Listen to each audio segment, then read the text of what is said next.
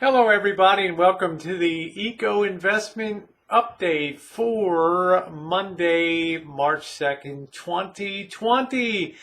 I have kind of pledged to do these a little more frequently. There was a very long stretch where there wasn't really too much to talk about except a stock market that seemingly it's had floated away from reality. Well, as we know, things have really snapped back to earth over the last 2 weeks in particular, and I thought it might be time to do another update. We had a very nice snapback rally today. Some people will see this as a signal that a very serious 13% correction had come to an end. And other people will realize throughout history that strong rebounds on the order of 5% and even more don't necessarily signal a change in trend, particularly when looked at through the lens and the telescope of history. Last time I was on, I had discussed the advisability, not because of panic or things like that, but just use your prepper sense.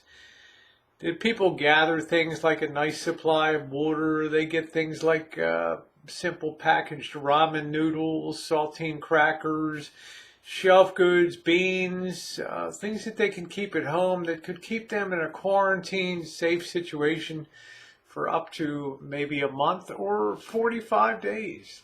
Did I think that that was advice that should induce panic or things? Of course I didn't.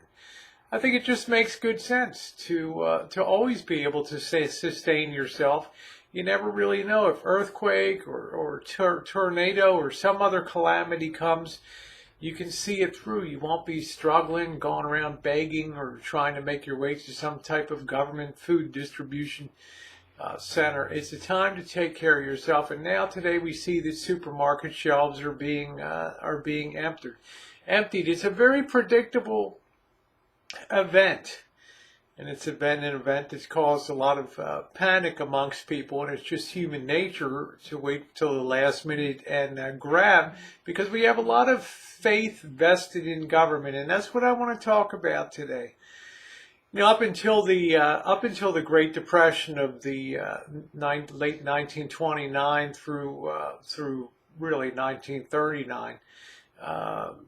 The government was really a backseat entity compared to business. Prior to the Great Depression and the worsening depression in 1930, 31, and 32, an absolute calamity point 1932 into 33 with banks failing left and right, and just no sign of an end to the struggle of hard times. People for the first time ever turned to government for the solution because business kind of threw up their hands. There's nothing we can really do about it. But that was quite a transition to look from business to government for these to take the reins of the economy.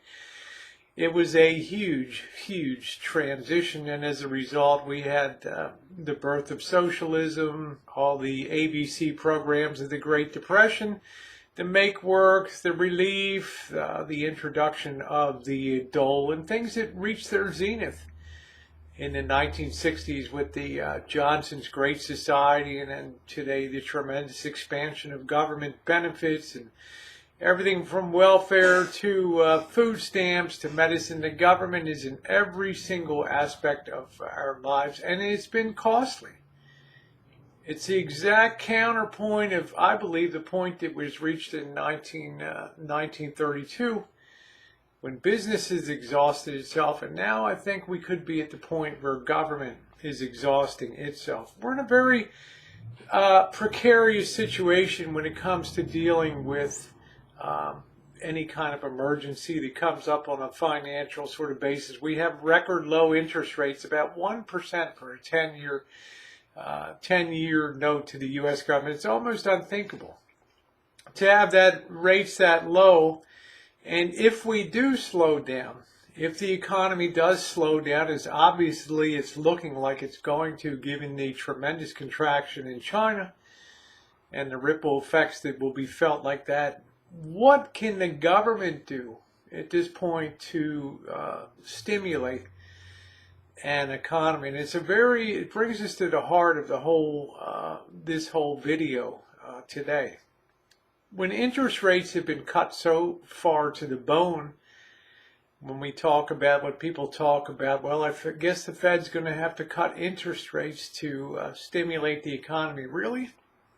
From 1.25%, 1.5%, 1% apparent rates today. I mean, how down on the bone do you think you can cut? I mean, do you think that there's a world of difference between a 1% and a 2% interest rate? Yeah, one is more than the other by a big margin. But in absolute terms of 1 to 2%, it's not going to make a difference. If people want to borrow money, if businesses want to borrow money for expansion, the money is readily available there at very cheap rates. Therefore, in my opinion, cutting interest rates does nothing to really stimulate an economy because all the powder has been used up in that regard. We've had rate cuts for years since 2008, the Great Recession that hit then. Fiscal stimulus, we look at a federal budget deficit that's projected to be on the order of $1 trillion that are read. It's like things start to stretch credibility when you think of fiscal stimulus. How much debt can you pile on debt in the face of a contracting economy? And this is what we're going to be seeing coming up.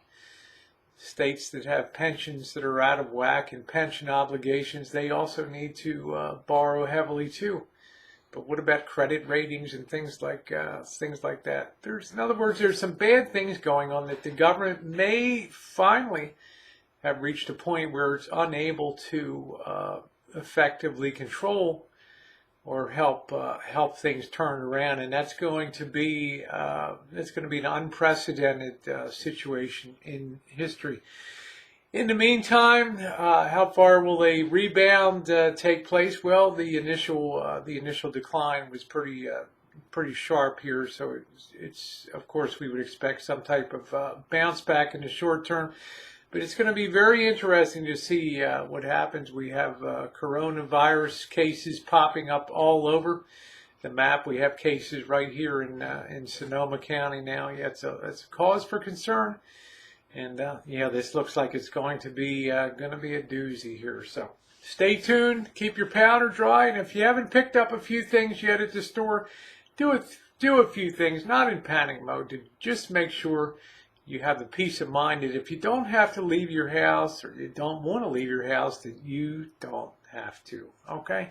It just makes good sense. Be prepared. All right, everybody. Thanks so much for watching.